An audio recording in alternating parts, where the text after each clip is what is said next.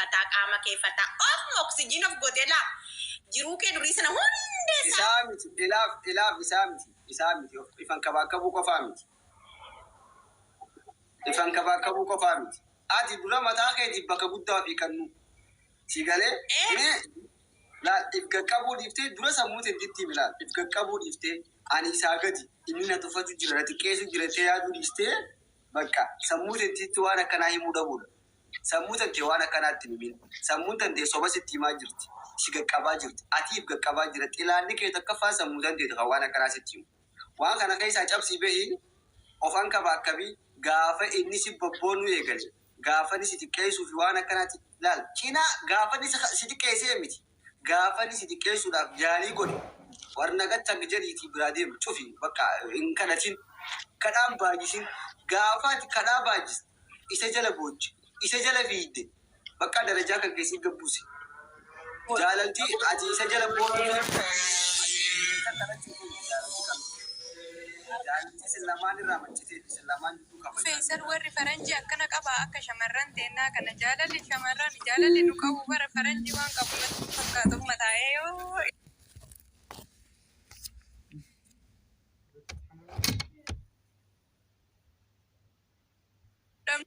nyaata dhiifnee dhugaatii dhiifnee imimmaan ija keenya jaansee of jibbine jarri garuu nagayatti waliin jennaan nagayatti. Gaariidha yaada marirra jirta natti fakkaata miti baay'ee dhugaa jechuun yeroo hundaa beektaa yeroo seenu silaa jarri kun itti himutti toli beektaa jarri kun baay'ee hin taane akkana garuu gorsi kan kee kun garuu yoo isaaniif fudhatame baay'ee itti fayyadamu yookaan immoo gorsa namarraan fudhatanii jarri kan isaan gorsu maal akka ta'e beektaa feesi makaraa ideoloojikaalii isaanii baay'ee sensitiiviidha beektaa sammuu yesuus ta'e jabaa utuu fakkaatan keessan isaanii baay'ee maaliif akka dhumu qilaaf naa galuu dide dhugaa amma fakkeenyaaf itti himta gorsi kan kee waan isaan jajjabeessu waan baay'ee isaan humna godhu waan rakkinni isaan keessa jiraatanii fi kan isaan adeemanillee kan irraa tiksu garuu isaan sana hin ilaalati gorsa warra dhagaanii suma dhugaasiin jedha ammamee dubartiin tokko miidhamtee haa jennu dubartiin tokko gaafa miidhamtu atilleen hin beeksista ebaluu akkas miidhamtee namni akkasii dhiirri akkasii miidhee jettee himtaami sana booddee immoo gaafa torbaan tokko oltee bultu hiriyyaadhuma ishee immoo kan miidhamte kan bira dhageette. Silaalaali otoo gorsi waa walirraa barsiise nama miidhame tokko irraati maal barata miidhama nama sanarraa hubannoo qabaachaa deema. Ayi namni suni maaliif miidhame kan jedhu siiga. So amma keessumaayyuu gara akka aadaatti yoo deebine gara aadeffannaa Itoophiyaa suni xiqqoosi baay'ee nu rakkise si galee waa barachuu dhabuun keenya muuxannoo dhabuun keenya amma dhugaa dubbachuudhaaf namni like percentiin 85 ijoolleen keessumaayyuu ijoolleen dubaraa keenya muuxannoo ga'uu hin qaban kan barnootaan ijaarame hin qaban barnootaan ijaarame gaafa sin jedhu barnoota amantiitiin illee haa ta'u barnoota saayinsiitiin illee kan ijaarame baay'ee hin qaban dhageetteedhumaa fi oduudhumaan deemu malee baay'ee kan ammas humna qabaatanii baratanii sammuu isaaniitti chaalenjii uuman hin jiranii baay'ee dhugaa dubbachuu amma ijoolleen baratan baay'een isaanii baay'ee qareeyyiidha gaafa sin jedhu xiqqoo ofitti amanu sin jedhe amma fakkeenyaaf dhiirri biraa innaa dhiisee yookaan immoo dhiira biraatillee wal dhabanii baay'ee ittiin qabamanii si galee miti laphee isaanii cabu kama hafetuyyuu kan keenya jedhanii waan amananiif baay'ee garaan isaanii waan garuu ijoolleen xiqqoosii akkan sin jedhe kana hawaasummaa baay'ee hin argine kan namoota baay'ee wajjin hariiroo jechuun argite muuxannoo lafa argite dhugama dubbachuudhaaf amma namni tokko namni gaafa lafa magaalaatti akkas jedhu xiqqoosii beektee of tuulummaa waan namni haasa'utti fakkaata garuu miti inni dhugaa dubbachuudhaaf xiqqoo jijjiiramni ma jira kallattii amma fakkeenyaaf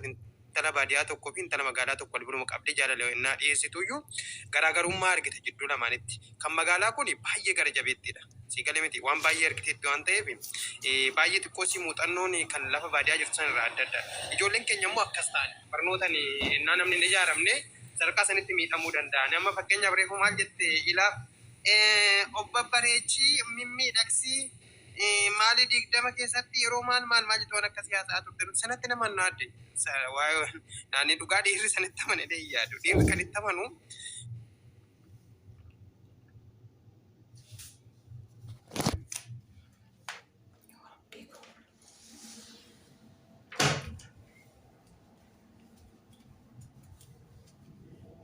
ulfaataadha dhugaa dubbachuudha. Lakkama kana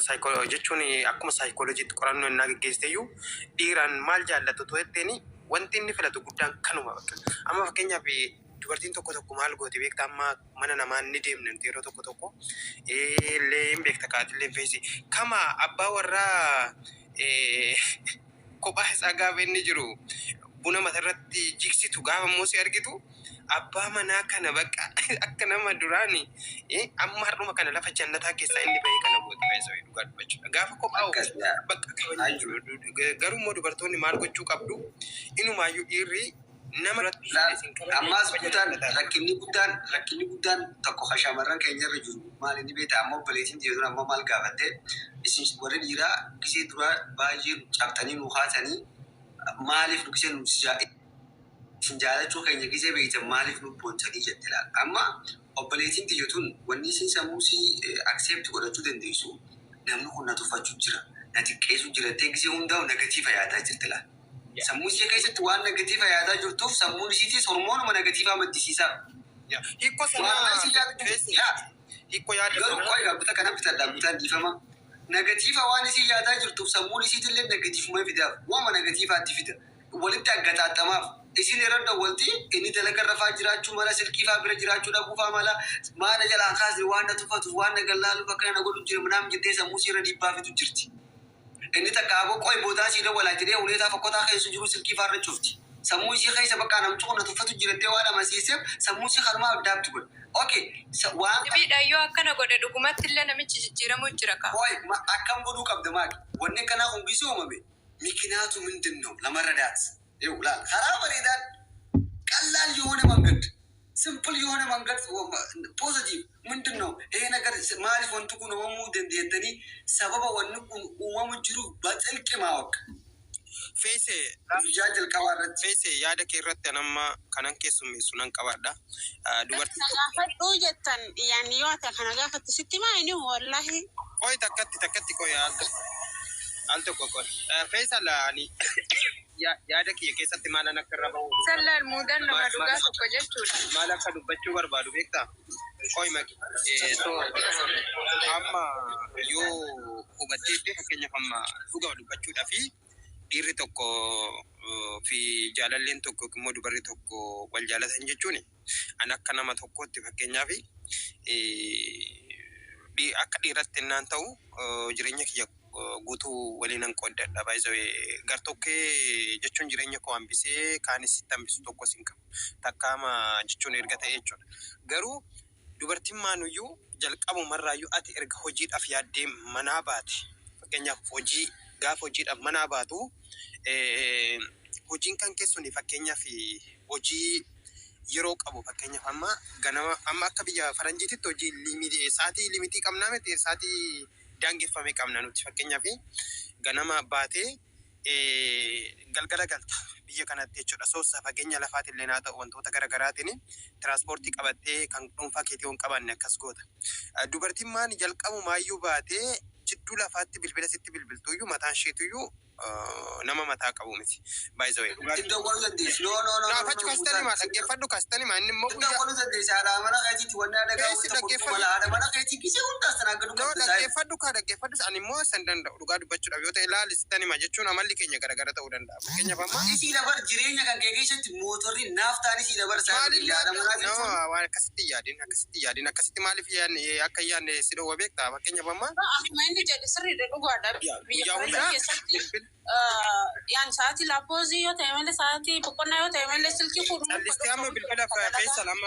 amma Feesal bilbila callistee ma bilbila sitti kennaa bilbila sitti bilbiltu ati callistee ma kaaftaa bilbila ishee jechuun yeroo hundaa jechuun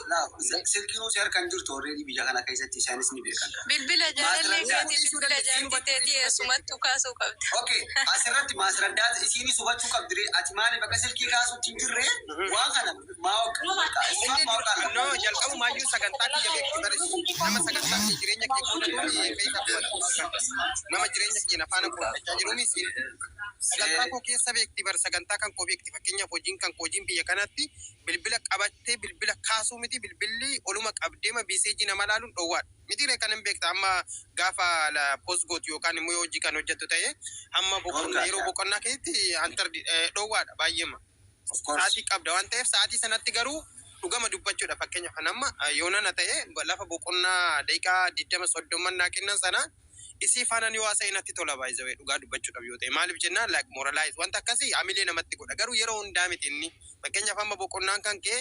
sa'aatii 10 har'a yoo ta'e borii sa'aatii 10 biraa ta'uu dhiisuu danda'a sa'aatii biratti siquu danda'a yookiin immoo gadi siquu danda'a sun hin beekamu ati immoo jidduu sanatti atilleen wanta jechuun kanarraa adda ta'e waan biraa waan hojjettu qabaachuu dandeessa waan ta'eef wal hubachuun laali jireenya keessatti waliif hubachuu fi wal hubatanii waliin socho'uun yeroo kamiyyuu caalaa nama cimsa si galee miti jireenya hubachiisuu danda'uu qabdanii inni immoo sirriidha waan akkanaatti jira jetti garuu waan si dhibu keessaa garuu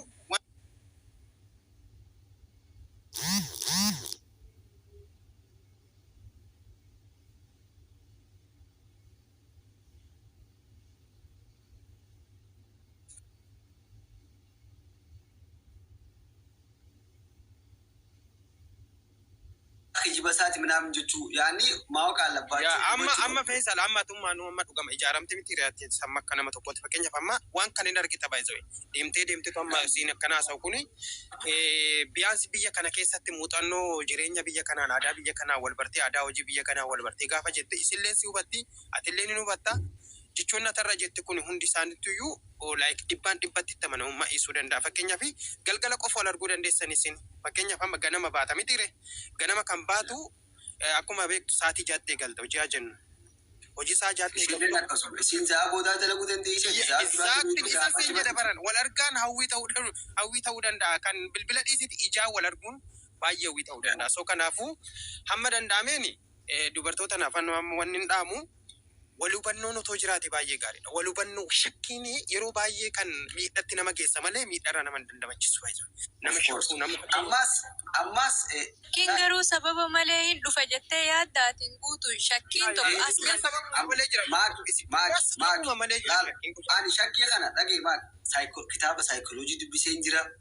ni dhufu quraana dubbiseen jira ni dhufu rabbiilleen quraana keessatti dubbatee cal jettanii waan hamatti waan nama shakkinaa jira rabbiin dubbatee waan hin taane keessatti cal jettanii nama shakkinaa waan khayrii jira nama shakkaa jira waan khayrii yoo adawwii kan kee taate